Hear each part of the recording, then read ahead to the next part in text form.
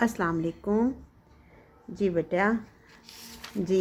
आज हमारा आखिरी लेक्चर है चैप्टर 10। हमारा लास्ट टॉपिक है। हमारी पूरी माइक्रो इकोनॉमिक्स माशाल्लाह से हो गई है। अब हम चैप्टर 10 कर रहे हैं आमलीन पैदाइश के मुआवज़ों और रोज़गार का तयन। देखिए, आमलीन पैदाइश हमें पता है। आमलीन पैदाइश क्या होते हैं? ज़मीन, मेहनत, सरमाया और तंजीम। तो हमें पता है कि जो कौमी आमदनी है या अशिया खिदमात की वो मकदार जो कि आजरीन, ये चारों आमलीन पैदाइश मिलकर पैदा करते हैं, किसी मुल्क की कौमी आमदनी कहलाती है। और कौमी आमदनी जो है इन्हीं चारों में तकसीम होती है। कैसे? ज़मीन को लगान मिलता है, मेहनत को उजरत मिलती है, सरमाए को सूद और आजिर को मुनाफा मिलता है। ज़ाहिर पैदाइश दौलत और तकसीम दौलत का ये अमल जो है वो जारी रहता है। आजिर जो है वो आमलीन पैदाइश का ऐसा इश्तराक हासिल करने की कोशिश करती हैं जिसमें उन्हें कम से कम लागत और ज़्यादा से ज़्यादा हासिल हो। अब ये जो आमलीन है इनको ये मुआवजे किस असूल के तहत किए जाते हैं, इनके मुतल्लिक दो नज़रियात हैं। आमलीन के मुआवज़ों का नज़रिया मुख्ततन पैदावारी और आमलीन की तलब व रसद का जदीद नज़रिया। आमलीन के मुआवज़ों का नज़रिया मुख्ततन पैदावारी सबसे इम्पोर्टेंट नज़रिया है। इस नज़रिए को डॉक्टर मार्शल और जे.बी. क्लार्क ने पेश किया था। वो कहते हैं कि हर आमले पैदाइश को उसकी खिदमात का मुआवजा उसकी मुख्तम पैदावार के बराबर मिलता है। मुख्तम पैदावार से मुराद मजमूई पैदावार में वो इजाफा लिया जाता है जो किसी आमले पैदाइश की ज़ायद इकाई लगाने से या किसी भी आमले पैदाइश की आखिरी इकाई से जो भी पैदावार हासिल होती है उसको मुख्तम पैदावार को नाम दिया जाता है। और उस पैदावार के बराबर जो है वो उस आमले पैदाइश को मुआवजा दिया जाता है। ये है, ये आपकी डेफिनेशन होगी। उन्होंने कहा, देखिए, ये कहते हैं कि जब किसी कारोबार में किसी आमले पैदाइश की इकाइयाँ यके बाद दीगरे लगाई जाती हैं तो कारोबार मुख्तलिफ जो है वो कवानीन के आता है। तो कानून तकलील हासिल की वजह से वो कहते हैं एक हद ऐसी आती है कि हर ज़ायद इकाई की पैदावारी मालियत इस इकाई पर जितनी आने वाली जो लागत है उसके बराबर हो जाती है। ये ऐसी इकाई होती है जिससे नाजिम को ना मुनाफा मिल रहा होता है ना नुकसान, और यही मुख्तम इकाई कहलाती है। अब इसके बाद अगर मज़ीद जो हैं वो इकाइयाँ कारोबार में लगाई जाएंगी तो आजिर को मुआवजा तो पहली इकाई के बराबर देना पड़ेगा, लेकिन अब वो जो है वो इकाई पहले से कम कमा के देगी, यानी उसको उसकी पैदावार कम होगी लेकिन उसका मुआवजा दूसरों के बराबर होगा। तो जिसकी वजह से नाजिम को नुकसान बर्दाश्त करना पड़ेगा। लेकिन ये नई इकाई कारोबार में बस नहीं लगाई जाएगी, यानी आखिरी इकाई। अब जिस इकाई की मुख्तम पैदावार इसकी लागत के बराबर होगी मुख्तम इकाई कहलाएगी, और उसकी पैदावार के बराबर आमलीन की हर इकाई को मुआवजा दे दिया जाएगा। ये है नज़रिया मुख्तम पैदावारी। ये यहाँ तक आपने इस तरह करना है। अब इस नज़रिए को हम गोशवारे के ज़रिए इसकी वजाहत करते हैं। उसके लिए हम तीन चीज़ें फ़र्ज़ करते हैं कि किसी कारोबार में मेहनत की इकाइयाँ हम एक के बाद दीगरे लगाएंगे।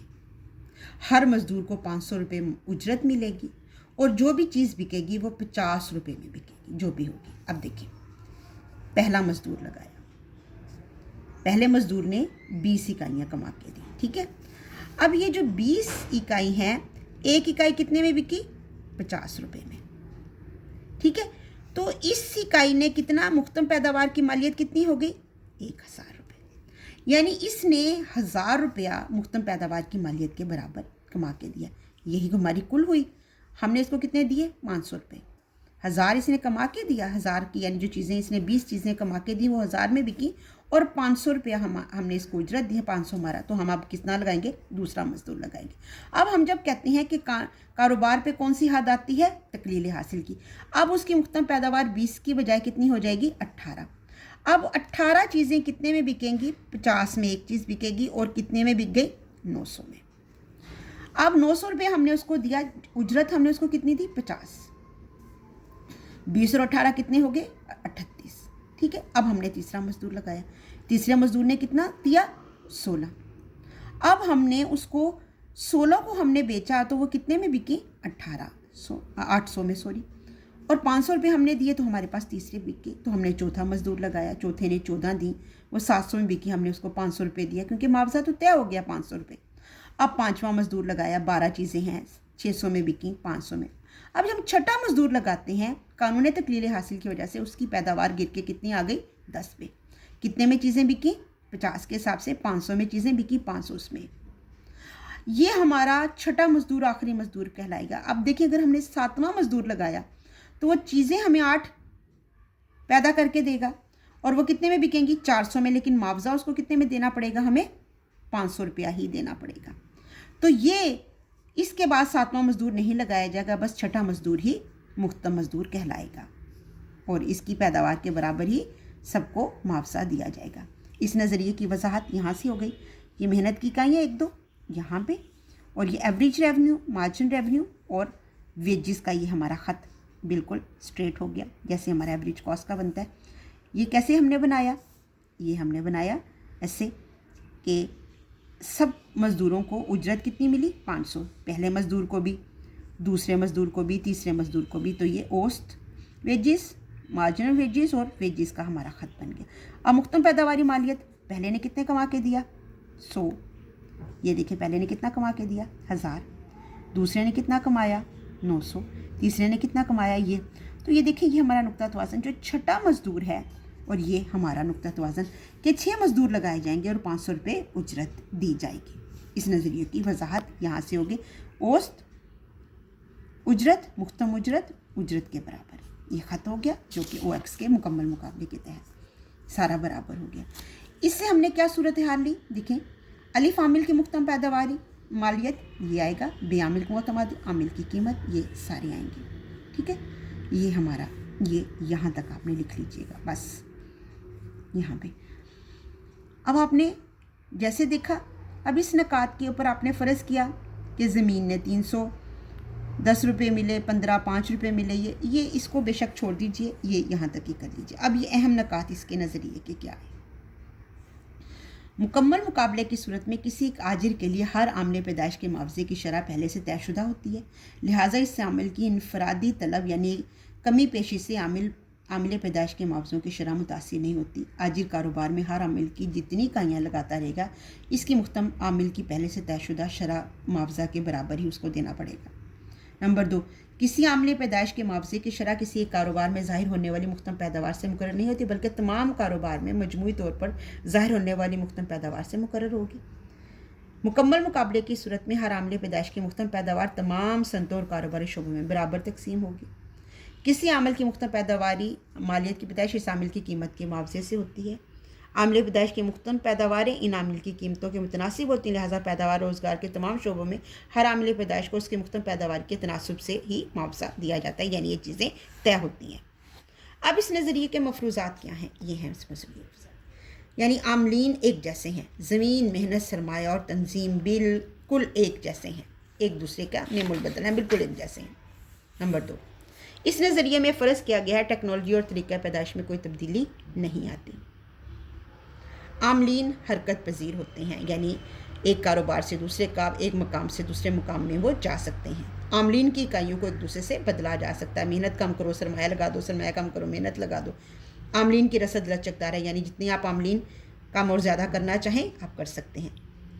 आमलीन में मुकम्मल मुकाबला पाया जाता है। इस नज़रिए में कानून तकलील हासिल का निफाज होता है, यानी हर ज़ायद इकाई पहली इकाई से कम पैदावार देती है। किसी एक आमिल की मुख्तम पैदावारी पैमाइश की जा सकती है।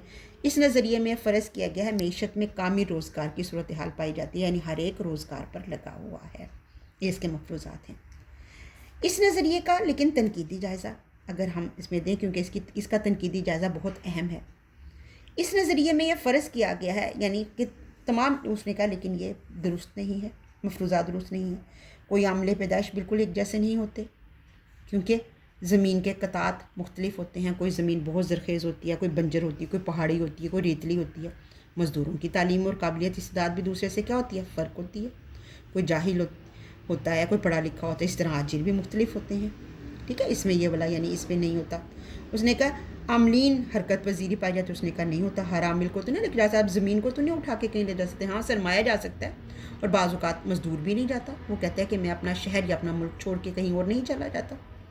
बाज़ औक़ात एक दूसरे आमिल की इकाइयों को, मेहनत को सरमाए से, सरमाए को मेहनत से, यानी अगर एक मशीन के ऊपर 2 बंदों का काम है तो आप 2 मशीनें एक बंदे को तो नहीं दे सकते।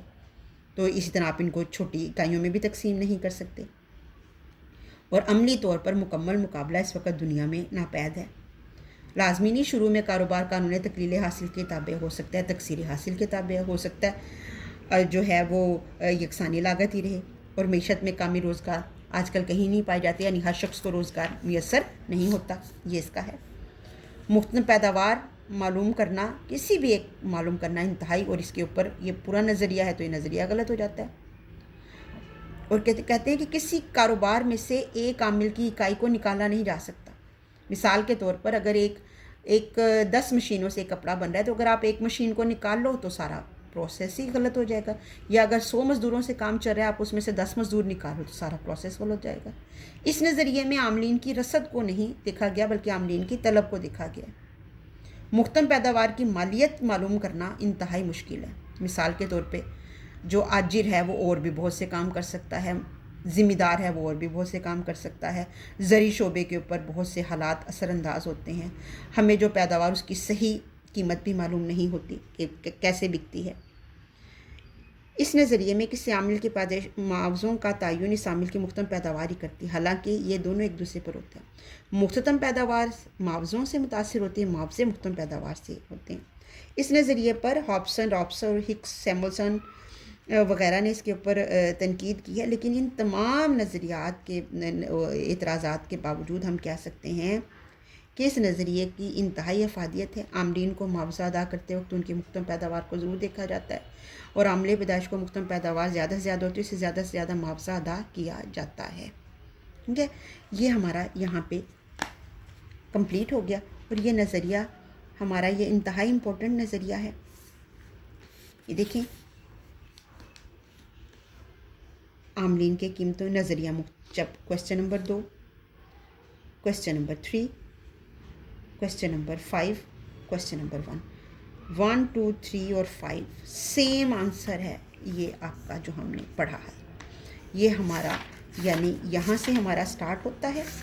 इसमें से हमने क्या किया, हमने सबसे पहले लिखा ज़मीन मेहनत सरमाया तंजीम, यानी ये यहाँ से लिखा, ठीक है।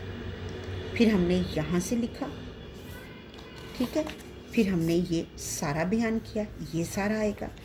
इसके बाद हमने इसको यहाँ तक किया, फिर हमने ये नकात किए, फिर हमने ये मफरूज़ात किए, फिर हमने इसका तनकीदी जायज़ा किया, और यहाँ तक हमारा ये क्वेश्चन नंबर 1 हो, 2 हो, 3 हो, 5 हो, इसका हमारा ये सेम आंसर है। यहाँ पे बेटा आज हमारी माइक्रो इकोनॉमिक्स कंप्लीट होती है, ठीक है। ये जो इंतहाई इम्पोर्टेंट चीज़ें थी वो हमने कर ली हैं। इसको आप करो इंशाअल्लाह ताला। जिस वक्त अब हम 11 जनवरी को आएंगे तो हम इस पोर्शन का अपना अच्छा सा एक बेहतरीन सा पेपर जो है वो लेंगे। बाकायदा इसमें से 6 सवाल आते हैं, जिसमें से 3 करने होते हैं, और 60 नंबर का ही हमारा पोर्शन होता है। तो 60 नंबर का ही आपका पेपर जो है वो इंशाअल्लाह ताला होगा, इसलिए अपनी इसकी बहुत अच्छी सी तैयारी रखिएगा, ठीक है। चलें जी, अल्लाह हाफिज़।